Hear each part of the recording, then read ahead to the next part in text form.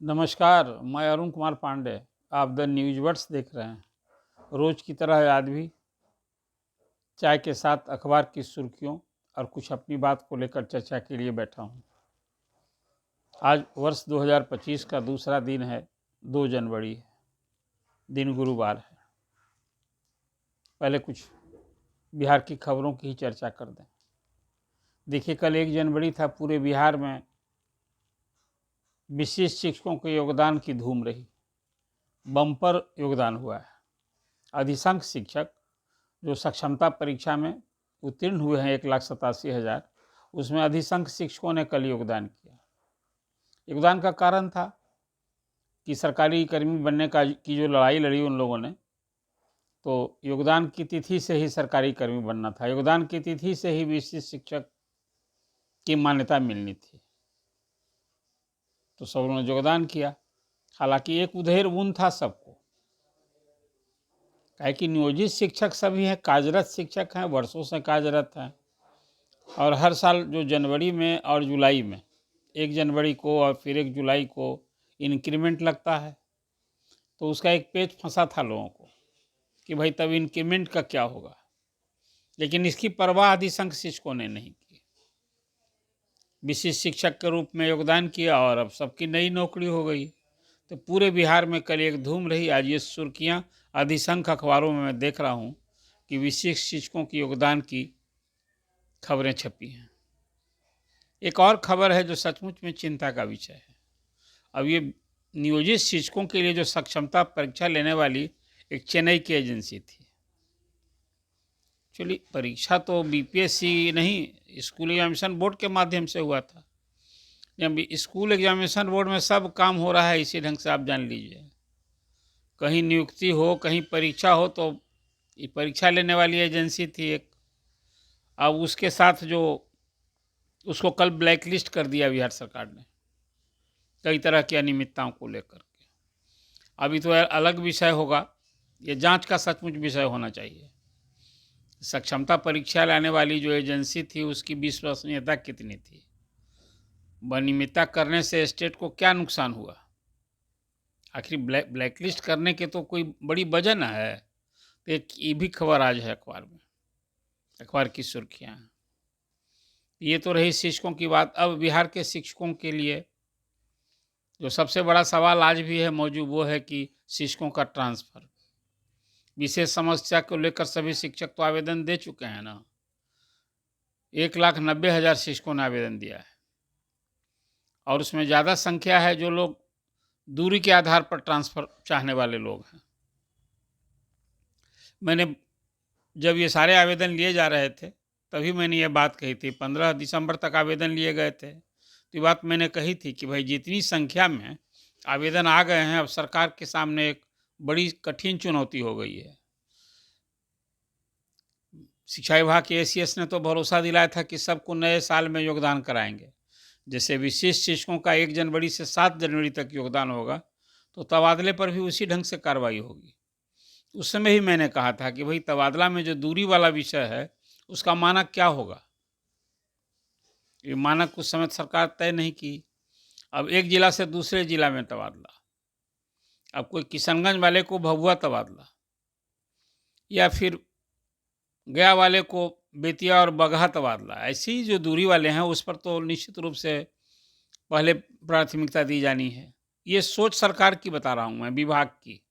लेकिन पहले तो असाध्य रोग, गंभीर रोग, विकलांग शिक्षक, फिर पति पत्नी को एक जगह करने का यथासंभव, इसी तरह से प्योरिटी के हिसाब से मुझे लगता है कि सब अब इसी साल नए वर्ष में ही जनवरी से फरवरी तक की सब फेज वाइज ट्रांसफ़र अभी होता रहेगा, मैंने पोस्टिंग होती रहेगी। लगे हाथ 38,000 जो प्रधान शिक्षक हैं, उसमें बड़ी संख्या में शिक्षक तो पहले विशिष्ट शिक्षक भी बन चुके हैं, और नियोजित शिक्षक ही तो प्रधान शिक्षक बने हैं, और नियोजित शिक्षक ही विशिष्ट शिक्षक बने हैं। तो उसमें अब जो प्रधान शिक्षक बन चुके हैं 38,000, उनकी पोस्टिंग होनी है। तब उन सब की भी अभी काउंसलिंग बाकी है। तो 1 to 5 के लिए प्रधान शिक्षक की नियुक्ति होनी है, और 6,000 हेड मास्टर हैं, उनकी पोस्टिंग होनी है मिडिल स्कूल में ही। तो अब ये सब के लिए अभी अभी प्रोसेस हो रहा है विभाग में। तो सब में कुछ विशेष शिक्षक तो था कि भैया आपने नियुक्ति पत्र औपबंधिक बांट दिया और सबको बटा, अभी तो 7 जिला में वो भी लेट हो गया है। काहे कि तुरंत स्नातक क्षेत्र के लिए जो चुनाव हो रहा था तो वहाँ आचार संहिता लागू थी, उसके कारण भी कुछ विलम्ब हुआ है, नियुक्ति पत्र नहीं बटा था। तो शिक्षा विभाग तो अभी यही नियुक्ति और फिर पोस्टिंग में ही अभी व्यस्त है। अब इस बीच में रोज़ देख रहे हैं ACS सिद्धार्थ का नया नया फरमान भी रोज़ जारी हो रहा है। तो ये है शिक्षा विभाग की खबरें जो आज सुर्खियां बनी हुई हैं। एक खबर है जो किसानों के हित में है। कल केंद्रीय कैबिनेट का प्रधानमंत्री नरेंद्र मोदी की अध्यक्षता में बैठक हुई पहले ही दिन, और किसानों के हित में फैसला लिया गया। वो ये कि DAP खाद जो है अभी 1350 रुपये में 50 किलो की बोरी मिलती है, तो इसमें सब्सिडी बढ़ाई गई है। ये तो इंटरनेशनल मार्केट में जब भी DAP खाद की कीमत तो कोई 3000 रुपये पर बैग पड़ता है, तो किसानों को उसके कारण एक कम से कम दाम पर मिले तो 1350 रुपये ही कीमत रही। इसके कारण कोई 3800 करोड़ रुपया सरकार सब्सिडी देगी खाद कंपनियों को। तो ये खबर है आपके लिए। फिर फसल बीमा, प्रधानमंत्री फसल बीमा योजना, उसके लिए भी राशि बढ़ाई गई है। तो ये दो खबर कल किसानों के हित में केंद्रीय कैबिनेट ने लिया है, वो आपके लिए आज सुर्खियां बनी है। आपके हित की खबर थी, वो मैंने बताया। देखिए, अब बिहार में पछुआ हवा के प्रभाव से ठिठुरन बढ़ा हुआ है। 1 जनवरी को कल मैं देख रहा था कि बहुत जगह पार्कों में वो भीड़ नहीं थी जो पिछले साल होती थी। ऐसे मंदिरों के पास भीड़ बहुत अच्छी देखने को मिली सब जगह, देश में भी। काशी, अयोध्या, मथुरा या बिहार में ही पटना में जैसे मैं देख रहा था, यहाँ पटना महावीर मंदिर के पास या विभिन्न पार्कों में भीड़ थी, लेकिन पिछले वर्ष की तुलना में कम भीड़ निकली थी। और ठिठुरन के कारण पटना के DM ने तो यहाँ 1 तारीख से 6 तारीख तक स्कूल के लिए क्लासेज कर दिया है कि भाई वो आप अब 9 बजे से 4 बजे तक चलेगा। लेकिन इतनी ठिठुरन बढ़ी है क्लास 1 to 5 के लिए, तो सच पूछिए इस अवधि में छुट्टी ही कर देनी चाहिए थी। काहे कि जो 9 बजे से क्लास होगा तो लड़का तो स्कूल से निकलेगा 7 बजे 8 बजे ही, और फिर 4 बजे के बाद 5 बजे तक तो डेढ़ सब शाम अंधेरा हो जाने लगता है। इसके हिसाब से हर DM को ये वहाँ की स्थानीय जो ज़रूरत है, कई जिलों में तो ठंड ज़्यादा है, तो इसके हिसाब से डिसीजन लेना चाहिए। तो ये खबर है, पटना के DM ने स्कूलों की समयावधि 9 बजे से 4 बजे तक कर दिया है। ये खबर है, सुर्खियाँ बनी हुई हैं। बिहार के राज्यपाल अब नए हो गए, आज से 42वें राज्यपाल हुए हैं आरिफ मोहम्मद खान। 3 दिन से पटना में आए हुए थे, केरल के राज्यपाल थे। कार्यकाल 5 साल का उनका वहाँ पूरा हो गया था सितंबर में ही, और नई व्यवस्था तक वहाँ दायित्व संभाल रहे थे। तो बिहार के राज्यपाल 22 महीना यहाँ रहे, राजेंद्र विश्वनाथ हार्लेकर, और वो अब वहाँ वो ओथ लेंगे, तो राज्यपाल बदल गए हैं। अब आरिफ मोहम्मद खान साहब के सामने बिहार में उच्च शिक्षा में सुधार एक बड़ी चुनौती है। देखिए, ये नए साल में तो अभी नए राज्यपाल मिले हैं, बिहार में चुनाव का साल है। देखिए अभी क्या क्या बदलाव होना है। तो रोज़ एक चर्चा होते रहती है कि फिर नीतीश जी चले जाएंगे क्या राजद के साथ। लालू जी तो कहते हैं कि नीतीश कुमार के लिए दरवाज़ा खुला हुआ है हमेशा और आज भी। और उधर तेजस्वी रोज़ हमला बोल रहे हैं अपने चाचा पर। अब देखा होगा आपने, तेजस्वी तो कह रहे हैं कि नीतीश सशक्त हो गए हैं, अब वो बिहार उनसे चल नहीं रहा है, और बड़ा जोरदार हमला बोल रहे हैं। मतलब पिता पुत्र में ही नीतीश कुमार के प्रति 2 स्टैंड दिखता है। लालू जी तो बहुत पॉलिटिकल न हैं, वो समझते हैं कि आज भी नीतीश साथ हो जाएंगे तो बिहार का राजनीतिक परिदृश्य कुछ और हो जाएगा। जो ही पिछड़ों की गोलबंदी हो जाएगी तो फिर 2015 की स्थिति हो जाएगी। अब भाजपा भी इसी के प्रति सचेत है कि अब नीतीश जी इधर आ गए हैं तो इधर ही रहें। लेकिन बहुत बदलाव होगा इस चुनाव साल में। देखिए अभी तो एक द्वंद्व हो गया था। अमित शाह ने जो कह दिया था दिल्ली में एक टीवी कार्यक्रम में कि भाई बिहार में 2025 का चुनाव नीतीश कुमार के ही नेतृत्व में लड़ा जाएगा, इस सवाल पूछा गया था। तो उन्होंने कहा था कि नहीं, ये तो हमारा पार्लियामेंट्री बोर्ड तय करता है, हमारे यहाँ डिसिप्लिन डिफरेंट है। अब इसको लेकर कन्फ्यूजन हो गया था। तो फिर बीजेपी के नेताओं ने बयान दिया सब कि नहीं नहीं, नीतीश जी ही नेता हैं, उन्हीं के नेतृत्व में चुनाव लड़ा जाएगा।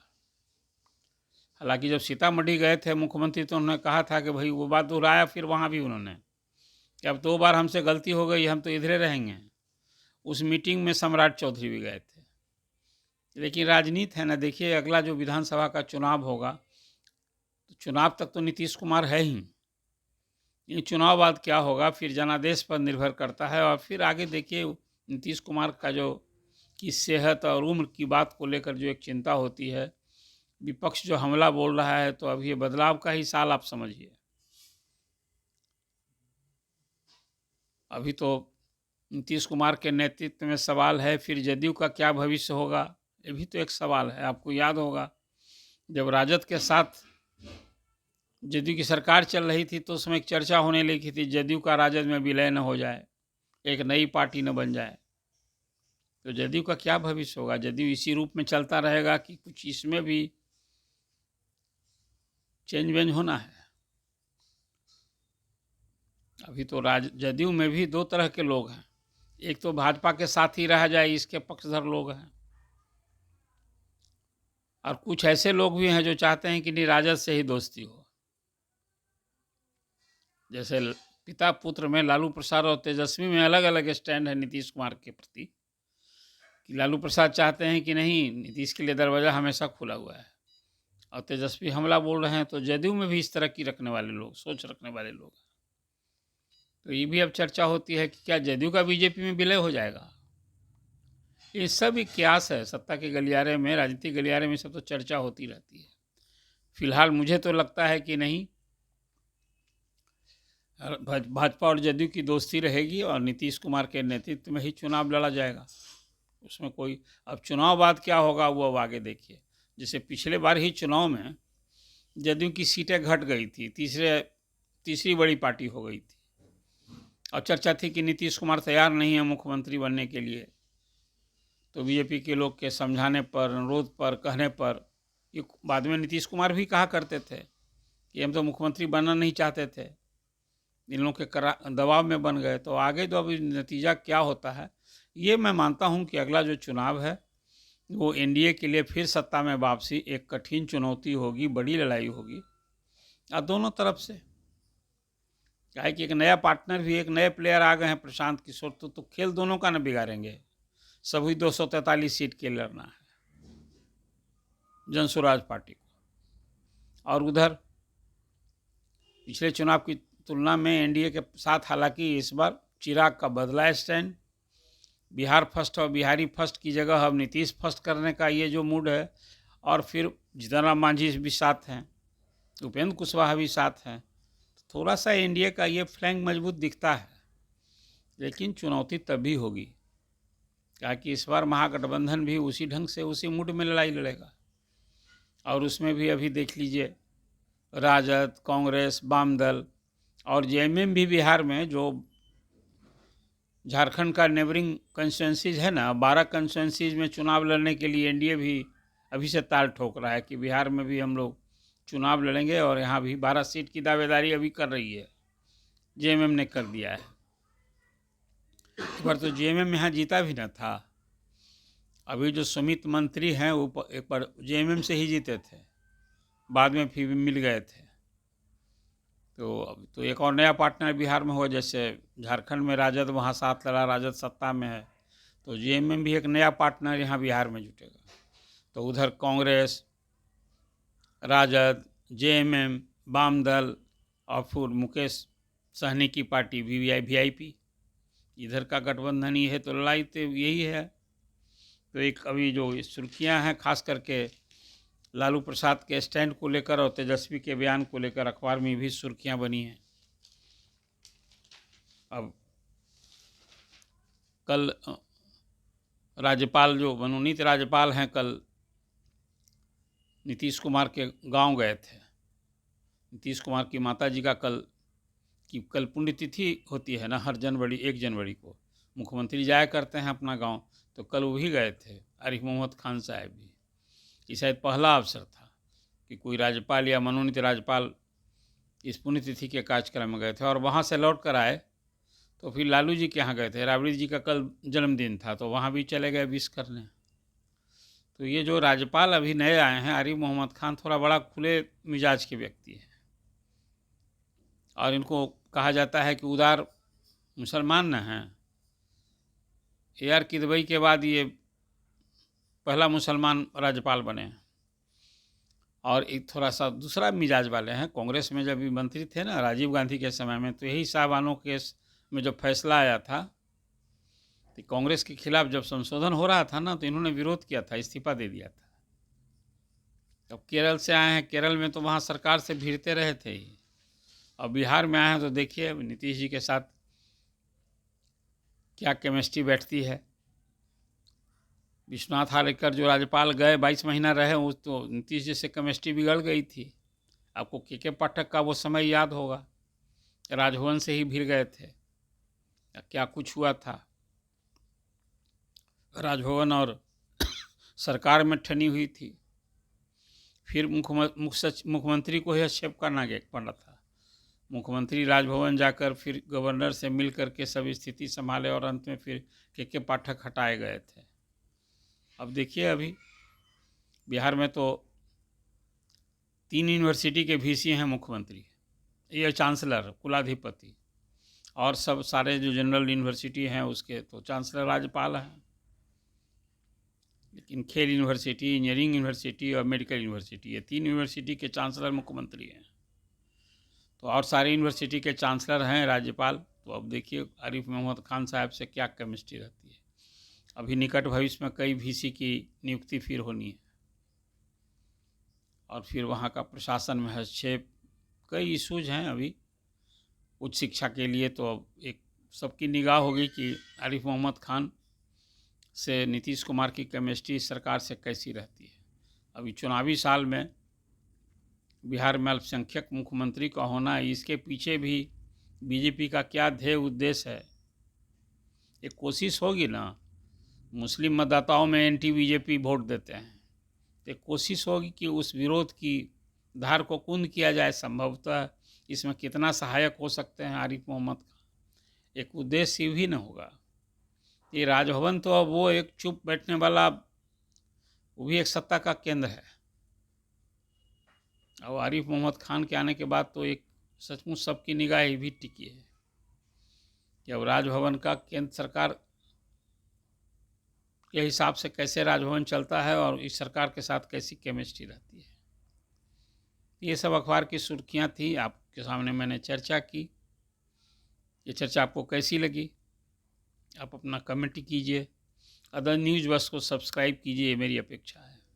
धन्यवाद।